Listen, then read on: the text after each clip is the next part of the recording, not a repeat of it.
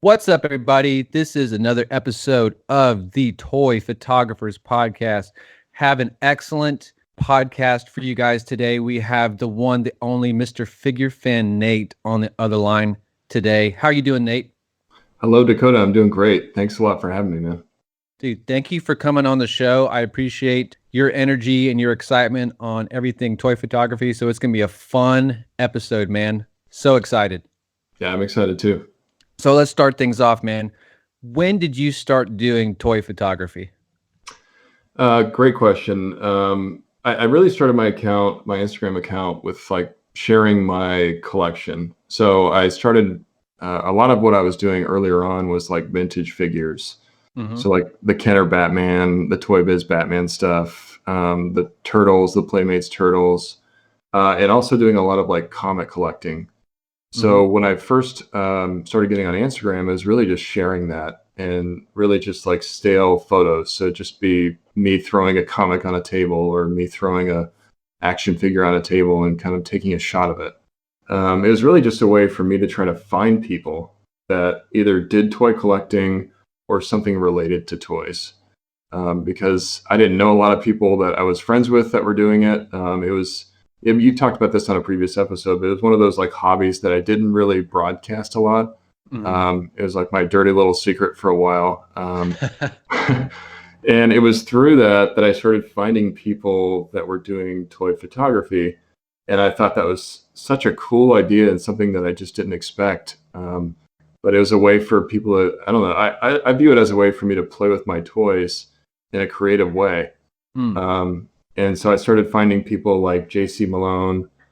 He was one of the first accounts I really discovered doing some crazy toy photography and in the DC style. Like I'm much more of a DC fan. I do like Marvel and other stuff too, but that's kind of primarily what I collect. Yeah. But it was through him and Batman Figs. Tyler, I've known Tyler probably since I created my account. He's always been a great friend.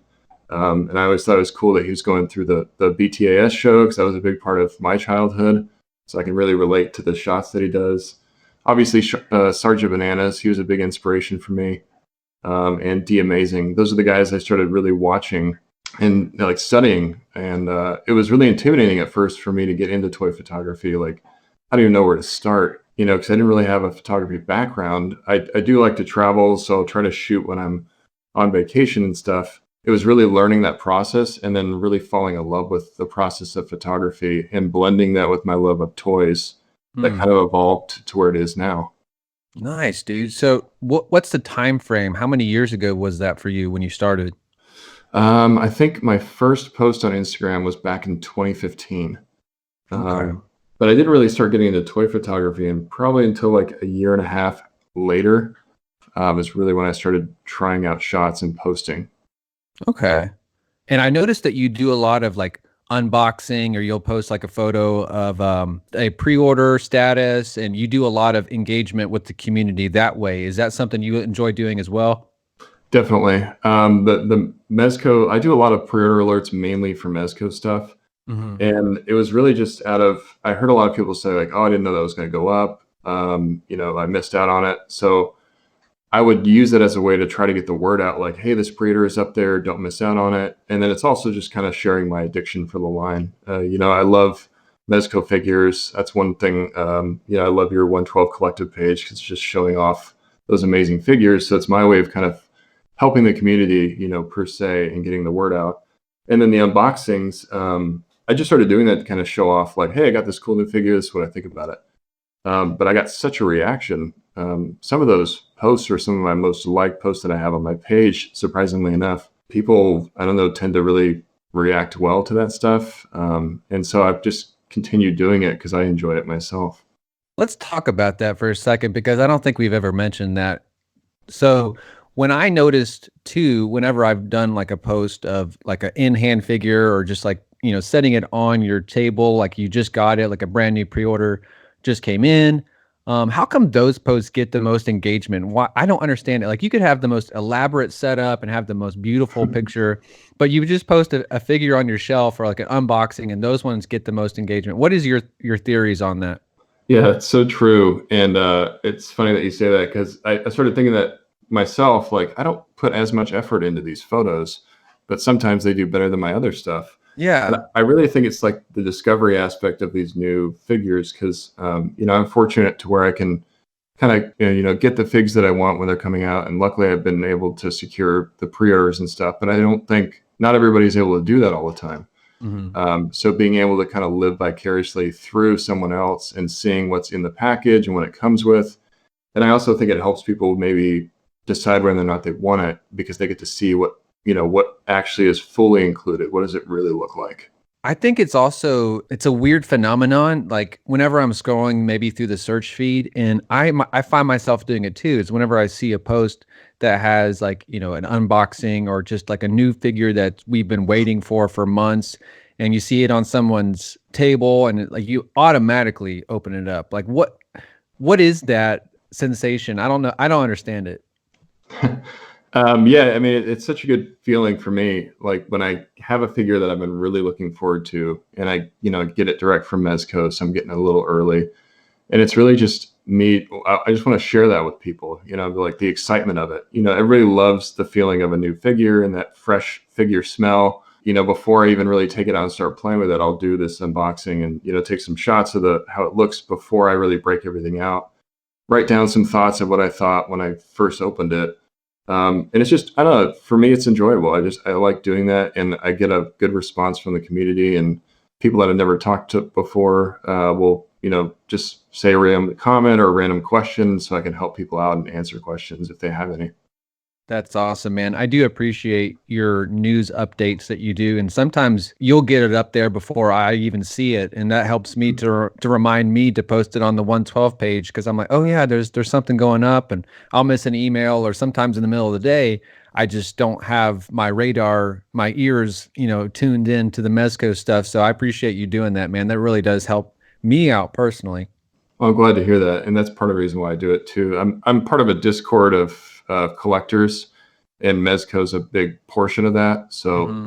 they'll send out alerts in that. And a lot of the times I have them to thank for really notifying me that it's going up. But you start to see these familiar patterns. It's funny because I'm an analyst in my job, but I start analyzing things like, oh, when will they drop something, or when can we maybe expect it? Um, Hmm. so you kind of have these time frames where you think they might drop it here or here. So you prepare for it. Yeah, like with Mezco, it's so funny that they do these little hints, and that's something that I always look forward to just guessing, and I almost get excited more about the hints about what a figure could possibly be rather than what it actually is. But yeah, that's something I enjoy too. So what do you think your toy photography journey, like what do you looking back and as you first started out, like you said it was very like vanilla, you just didn't do a lot of diorama backgrounds or anything like that. How do you feel like you've progressed as you've gone along? I think it's one of those things I'm constantly learning. I would never claim to be, an expert. I still definitely consider myself an amateur.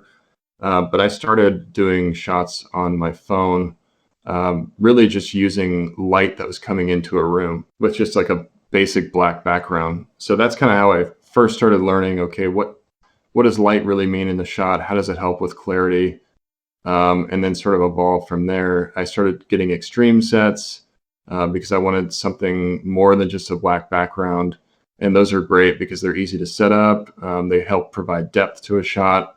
But then there's also learning about like how do I position light correctly so that it doesn't oversaturate the photo with just white light and reflect off the background. So I think as I looked at other people's accounts and kind of studied their work and sort of what they were doing, I would DM certain people and say, "Hey, how do you do that? What kind of lights do you use?" Mm. And that's one thing I love about the community is everybody is so open to talking about it. If you just ask, don't be intimidated by somebody that might have like 10,000 followers because more than likely that guy's really nice and is willing to share. So, like I said, I started using a phone. It was a Note 8 which had a great camera on it, or Note 6 maybe. I was always intimidated by a DSLR. We actually had one for traveling. I didn't really know what I was doing with it, so I started studying online, watching Google videos like what does ISO mean?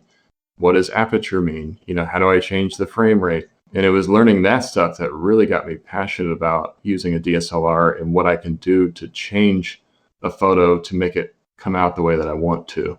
but I feel like there's still so much I need to learn. And that's one thing I really love about it, though, is just the learning aspect. Hmm. Me too, man. I'm constantly learning. I consider myself just as much as an amateur as you consider yourself to be, but there's always people out there who look up to us, and we consider ourselves to be maybe lesser than we think we are. But there's always people that look up to you. So I'm sure there's people out there that are like, can't wait for your episode, can't wait for your newest post. So there's always people that you're inspiring. So I just wanted to make sure that you understand that you're definitely someone that the community looks up to. Let's focus on your process. So are you interested when you're doing your Instagram, are you really thinking about like your next post? Are you thinking about like, what am I going to do, a toy photography shot? Or am I going to do a news shot? How do you kind of, since you are an analyst, how do you kind of approach your Instagram account? I'm always thinking about the next toy photography shot. I think those are the hardest for me to create, and try to, I try not to get stagnant. I know you've had guests that say this before, like try not to do the same things over and over again.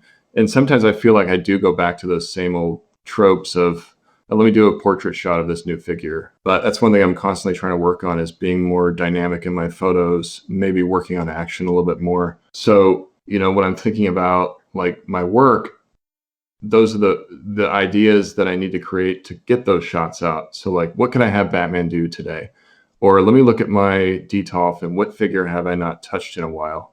How can I incorporate them into a photo? So I think really for me, it's getting the idea first and then building the scene around that with figures. That's kind of how I approach it. I think the unboxings, the new stuff just comes easier for me, because there's not a lot of thinking involved there. It's more of like, take the shot, post some stuff about it, or download some photos from Mezco, do a little blurb about the figure and post.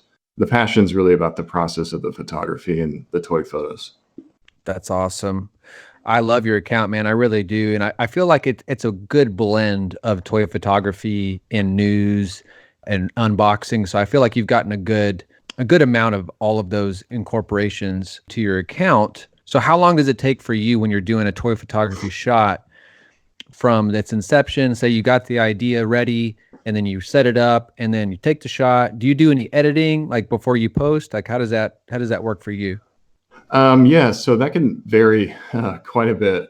Sometimes I spend hours on a photo trying to get the setup correctly, the lighting right. Other times, you set something up and it works out faster than you might have expected. I really start out with the character first. So like, what kind of scene do I want to create with this character? And then I've really been focusing a lot on the lighting. So how can I get the lighting the way that I want it and bring some color into my photo? I got these great, really cheap multicolor LED light bulbs from Amazon. And ever since I started using those, it's really just kind of changed the way that I approach the photos. So, it's just evolving that over time. I think that sometimes can be the hardest part for me, is getting the lighting right. Because you want it to come out a certain way, and lighting really controls a lot of clarity. So if I don't have the lighting right, my photo is probably going to look a little grainy, or it won't be as detailed as I want it to be. And then, messing with different lenses. So like, for a while, I was just using 50mm lens, which is more of like a close-up zoom. You have to get a little bit closer. And lately I've been experiencing with a 100mm lens, which requires you to be quite a bit further back, but it helps a lot with the depth of field. So things are a little bit clearer. More things in a bigger image become more clear from what I've seen. It's not just focused on that one subject. So it's just, experimenting with all that and seeing what works and what doesn't. And then as far as editing, I don't do a ton of editing. I use Adobe Lightroom quite a bit. So I'll do that really to change maybe the exposure or bring out the blacks a little bit more or help with more saturation. But I don't do a crazy amount of editing. I don't use Photoshop very much. If anything, I'll use Adobe Photoshop Fix to get out a stand. So if I'm using a stand, you can use the healing tool to kind of like erase that out. But that's really the depth of my Photoshop background. That's fascinating because I'm always intrigued by your color that you always incorporate into your shots. Like you have such a dynamic sense of color that I feel like a lot of people don't really focus on, and I'm always appreciative when I scroll through your feed and see just the amazing amount of color that you can get in each shot. So I was curious at how you approach that. But yeah, I appreciate you saying that. It's really been something ever since I discovered those light bulbs. Like, how can I incorporate this more, and how can I use it to help create depth? Because that's one thing I've noticed. I have to position lights around the entire image and not just from the front. I think Mhm. when people are first starting out, they think, oh, just put light in the front and brighten the whole thing up. Mhm. But you start noticing that it bounces off the background, it's not lighting things properly. So you have to get really creative in how you position those lights, and using that color helps me create depth sometimes. So it's actually a lot of fun to kind of mess with. So what is your current setup right now? I know you said you got a DSLR. What exactly are your specs and the specific, if people want to know, like they want to go out and get the camera that you got, like what exactly are you using? Yeah, right now I'm using a Nikon D3200, so it's still pretty. It's not like a very advanced camera. I really want to get a mirrorless camera. Mhm. It's just a big investment, so I'm making sure I pick the right one. So yeah, Nikon D3200, and like I said, I've been using a 100 millimeter lens lately. Nice. That's awesome. So people want to go out there. Where could they possibly get it? Is that a newer camera that you're using, or is that older? Actually, I've had this camera for probably about 6 years. You Okay. can find these for probably around $350, $400. They're really not that expensive, and it's a great little camera. I've had it for a long time. I continue to learn more about how to use it, and I'm happy with the photos that I get. If anything, I just wish it had a digital viewfinder like the mirrorless do. Hmm. Not being able to see how a photo is going to come out until after I shoot it can be frustrating. And the great thing about those, I think maybe Switpick said this in his interview, was being able to kind of see how an isometric change can, how does that translate to the photo? Or if I mess with the aperture, how does that translate in the photo? You can see that instantly on those cameras. Yeah, that's something I want to invest in myself too. I love those digital viewfinders. I don't personally have one right now, but that is Mhm. something that is a game changer for any photographer, for sure. Definitely. And yet the fact that I can't, move the viewfinder up or down, it's just stationary in the back of it. Just little tiny gripes that I wish, I had a more modern camera, because they have those features that are just more user friendly. Yeah, for sure.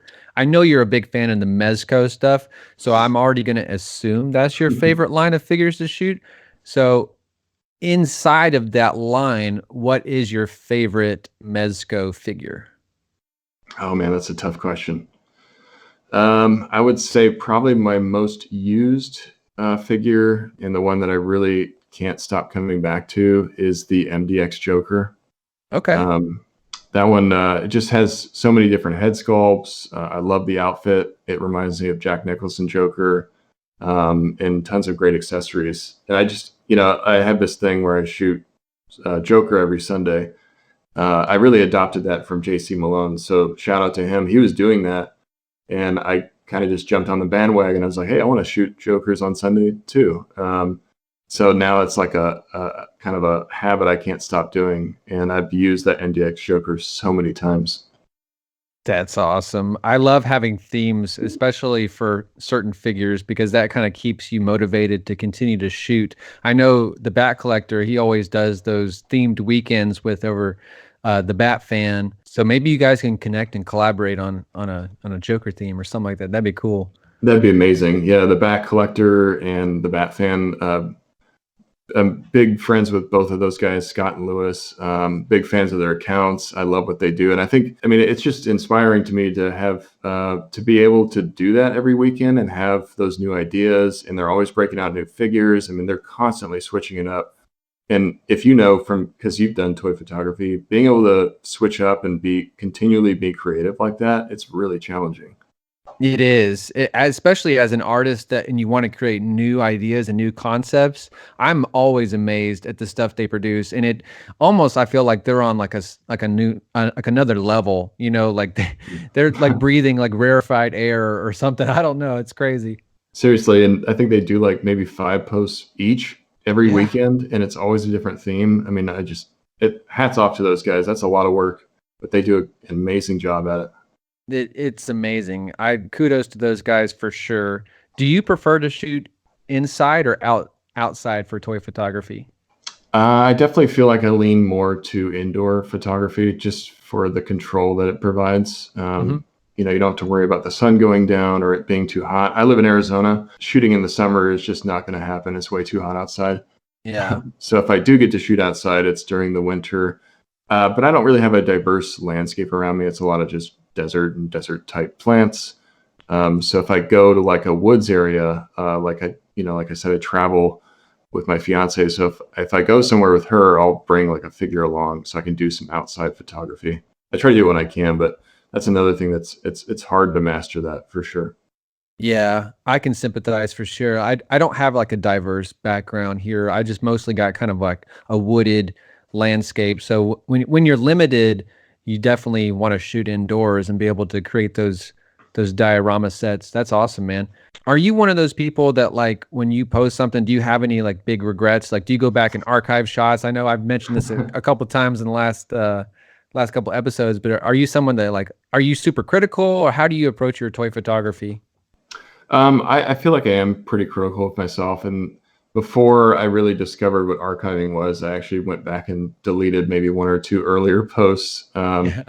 wishing that I would have archived them now because you never want to delete something. I think, you know, if you've created it and you thought to post it at the time, even if you want to archive it later, there's a chance that you might want to just show it off to see your progression.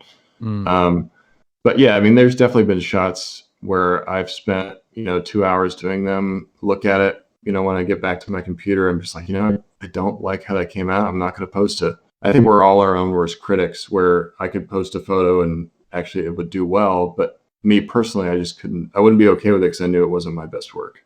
Yeah, for sure. So I know you've been a community member, like of the toy photography community for a while. Is there any moments that you look back on your journey and just kind of like have a pinch me moment where like, did that really happen? Did someone repost one of your shots that you look up to, or someone maybe liked your shot? Is there anything that you look back and say, wow, did that really happen? For sure. I've had a couple moments of that, thankfully. One of them, the first time I got featured by NECA official was with a TMNT shot. And I was just blown away. I was like, wow, a company of this size, saw my photo and deemed it worthy enough to repost. So that's one of those pinch me moments where, I could go tell my fiance, like, hey, guess what? NECA official toys repost my stuff, reinforcing the fact that I'm doing this.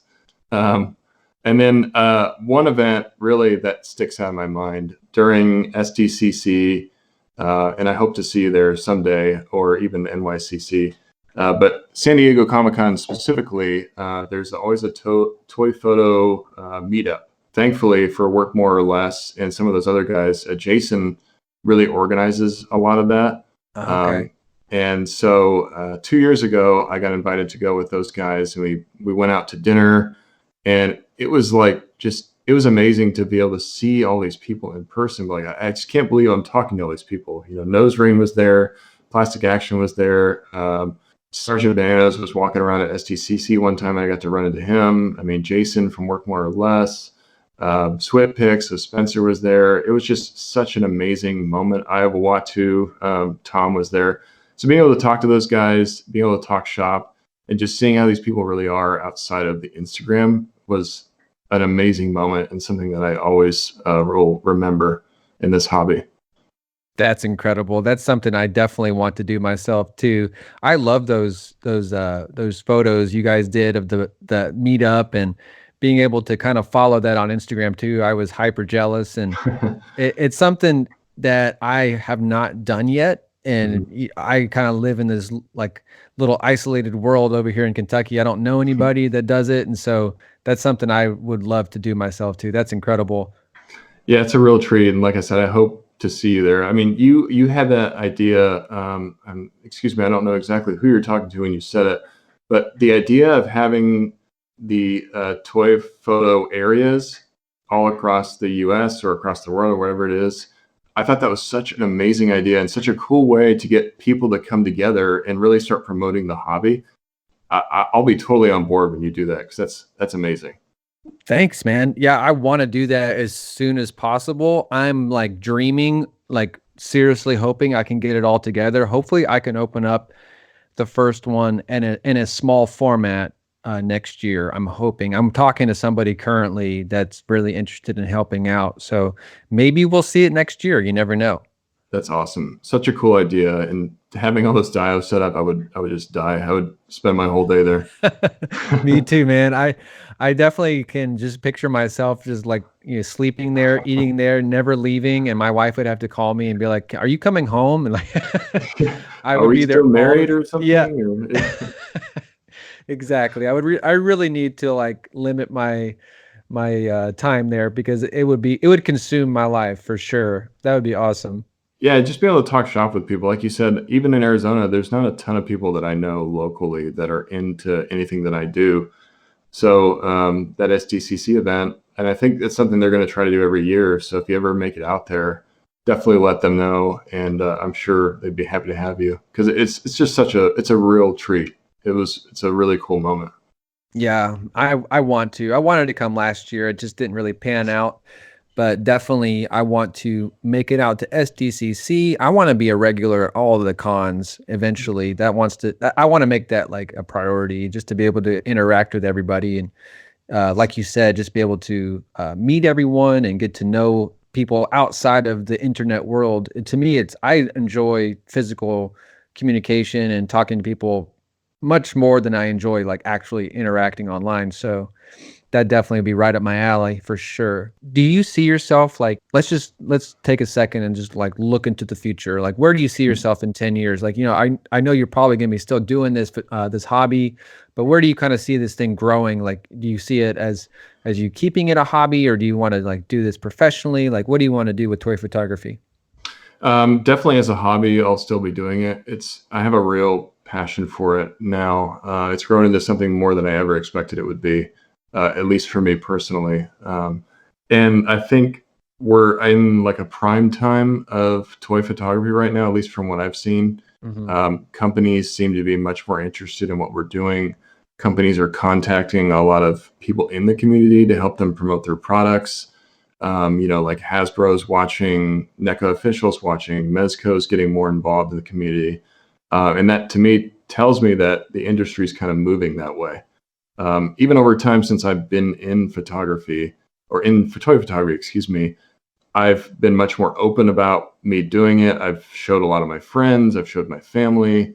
It's becoming more and more widely accepted. And that to me just tells that it's going to be around for a long time and it's probably going to get bigger.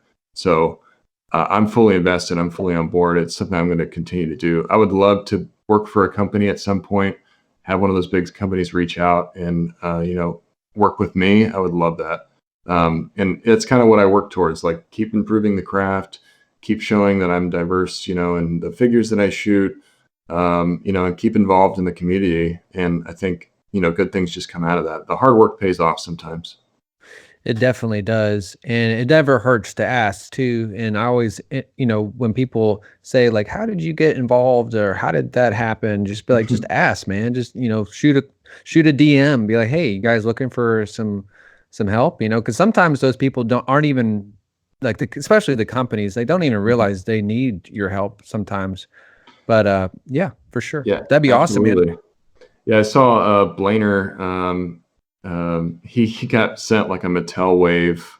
I think it was the wave they did, the Killer Croc one. I got so jealous. I was like, dude, how did you get that sent to you? Like, please tell me your secrets. And it was something where they had just reached out to him. So I think, like you said, sometimes it works if you just ask, like, hey, like Jesse did, with extreme sets. Can I have a code? Like you said, I've sent out DMs, sometimes not response, sometimes like, hey, not right now, but we'll reach out to you later. Yeah, But you don't get what you don't ask for. So exactly. just, take the chance and ask, and somebody might actually say yes. In this community, we kind of look at each other as celebrities, and then, but Hmm. as we look at ourselves, we don't really see ourselves in that light. So it's always interesting whenever I'm communicating with people online, and the people I consider to be like all-star, superstar level, like they're just really down to earth people. And it's such a small world now that the internet is a part of our lives Hmm. and we can connect with each other. Is there a shot maybe that you want to do that you haven't done yet? Maybe your skills aren't at the level that you want them to be at, that you've been thinking about? Like, is there like a Grail toy photography shot that you want to do one day? Oh, that's a good question. I think it always goes back to Batman. One thing I have not been able to do is like a Batman gliding shot. So like Oh, him yeah. gliding through the city. I just don't have the setup for it now. I use the NECA street dial, but I think I need maybe a little bit more depth to create that. And I also don't really know where to start with it. Mm. So I've been kind of studying what other people do I love when people post their BTS stuff, like behind the scenes, because it lets me see how did they actually create that. And there's been a few people that have posted some flying shots, and I'm like, oh, I didn't even think about like how you get, because my thing is like, how do you get the stand in there to hold them, but not mess up the cape and also get the image that you want. Yeah. So that's really a Grail shot for me, is get me like a Batman flying pose over Gotham or something. That'd be sick. I know Morpheus Visions, he does a lot of those flying shots. Maybe you could hit him up and see how he does it. I Yeah, do appreciate the BTS whenever anybody does a BTS, because I learned so much from those too. So shout out to everybody that does the BTS on the Batman shots, because thank you, man. It helps me tremendously, and I know it helps everybody else too. So absolutely. we're going to take a quick break, and we'll be right back with the Toy Photographers Podcast with Figure Fan Nate. Stay right there.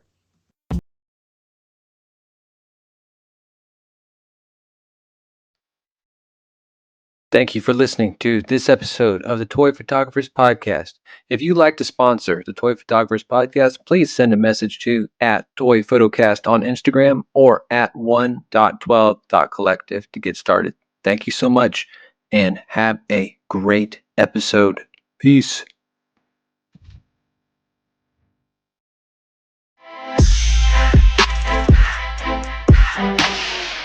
Welcome back, everybody, to the Toy Photographers Podcast with Mr. Figure Fan Nate. It's been an excellent episode, sir. I appreciate you coming on. So we got some more questions here for you. First one is, what do you think the figure community / toy photography community needs to focus on, and how can we improve ourselves as humans? That's a great question. And I don't know if I think everybody's going to have a different answer to this, but I think one thing, and we were kind of, briefly talking about it, is positivity, is promoting positivity, and just knowing that everybody is in a different spot as far as their, creative abilities and their experience, and being able to help promote others. I think we're already in like a good spot that way, but sometimes you see it rear up where somebody's being super negative, or just trying to start a fight with someone, or saying something inappropriate, and it's just like, why is that necessary? So I think, the positivity side and focusing on that, I think really will just help everyone and make us all successful if we could just share a little bit more. We've already done a great job with some of the people that you've had on. They're all like great examples of what it means to be a good member of this community, and, not having people trying to tear that down, or getting mad because somebody has a different viewpoint in an action figure. It's silly things to focus on. Why don't we just all remember that we're all action figure collectors, and we all love doing this hobby? That's amazing. I wholeheartedly agree. And that's something I haven't really mentioned either before, is I'm so grateful that you're right. Every person that's been on this podcast has been a bright, shining beacon of positivity, and someone that focuses on the good rather than the bad. And that is another thing that I want this community to really realize, is like, we use this hobby as a way to express ourselves, as a way to kind of get out creative energy, but also as a way to communicate and to be a part of a larger thing than ourselves. And so when we do this in a way that's positive, it's going to not only benefit others, but it will benefit yourself. It'll put yourself in a better mood. It'll help your week. It'll help your day. It'll help yourself, focus on the things that are going to benefit you in the long term instead of the short term. Definitely. So do you have any sort of methods that you do to kind of stay positive? How can you kind of recommend to the people listening to keep yourself in that kind of mental attitude? Yeah, I think a lot of it, when it comes down to like toy photography, to make sure that I always stay positive and a good mindset when I'm doing it. If I get frustrated, or if a shot's not really working out, don't try to force the issue. Just walk away, maybe go play a game, maybe go watch some TV, come back and try it again. I think if you're not having fun doing it, then you're not going to get good results. So that's one thing I always try to really focus on is keeping myself in a positive place. And if I'm not, realizing that and being able to walk away from it for a second. And it's also talking to friends of the community. If I'm down on a shot or if I'm not really feeling it, I'll send, a shot to a friend and just say, hey, what do you think about this? Be honest with me. Don't sugarcoat it. Tell me what you don't like.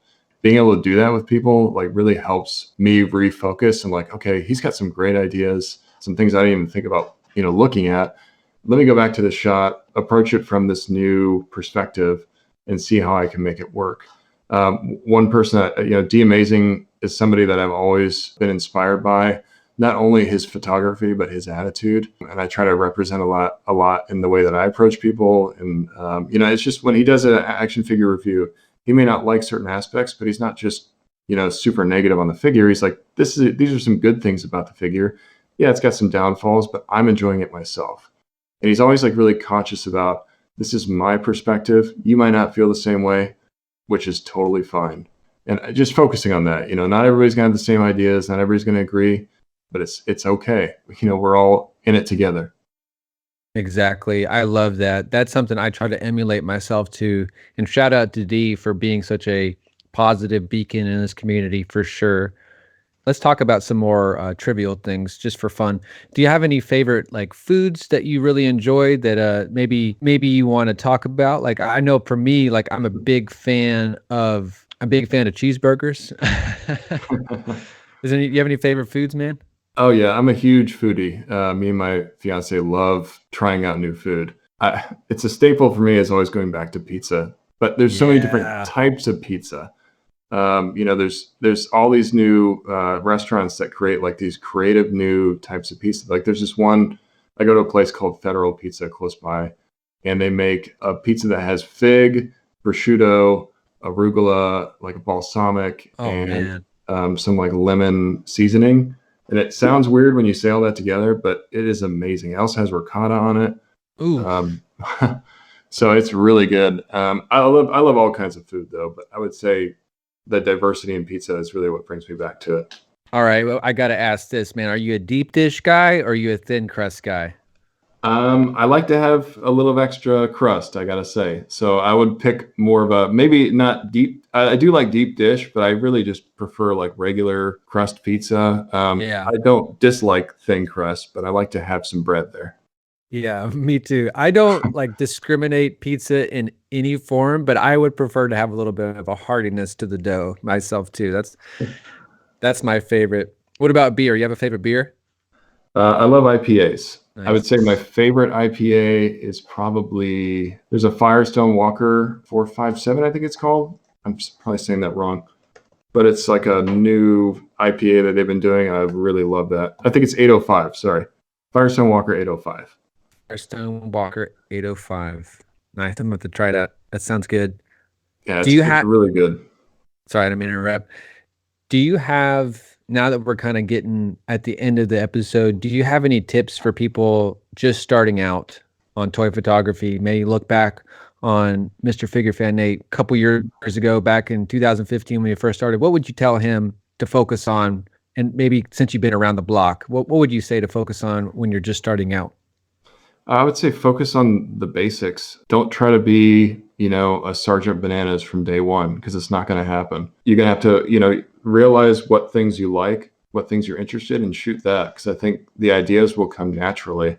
I think one thing, when I'm buying figures or when I'm getting a new figure for my collection is like, make sure I have an interest in the character so that when I think about doing photos, I have ideas I can pull from. Because if, I try not to buy figures that I don't know anything about, because then I know when it comes to shooting them, I don't really have any ideas for it. I'm going to have to look them up. I'm going to have to do my research, and it shouldn't be about that. It should be about like, I have a passion for Batman. I want to show him kicking somebody's ass. And so let me do that in the best way possible. Don't try to make a crazy action shot from day one. Like just focus on the basics and focus on the things that you don't know very well. Ask questions. Do your research on like, what does isometric mean? What is aperture? Because those little tiny tidbits, over time, you can really build on that and start like thinking of your shots in a different way and really stepping up to the next level. I'm always trying to improve myself.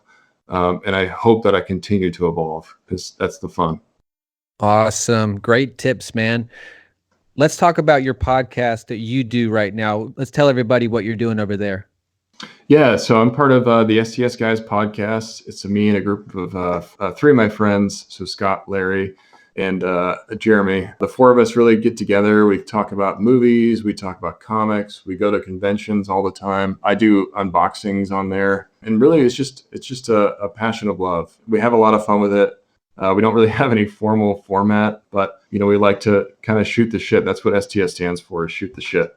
Gotcha. So that's basically what we do. So yeah, we record mainly on Saturdays at 8 p.m. Pacific Standard Time. We do live streams every Saturday. So yeah, join us if you guys can. We'd love to have you. Awesome, man. Thank you so much for coming on this show, man. Now is the time of the episode when I just want to leave the mic open for you. If you want to give a shout out to the people that follow you and just say whatever is on your mind, Mr. Figure Fan Nate. Well, thank you, sir. It's been a real pleasure being on. Big thanks to you for the 112 Collective page and for this. You help shine a light on the community, and you do it in such a great way. And I love both of these accounts. I'm a big fan of the podcast.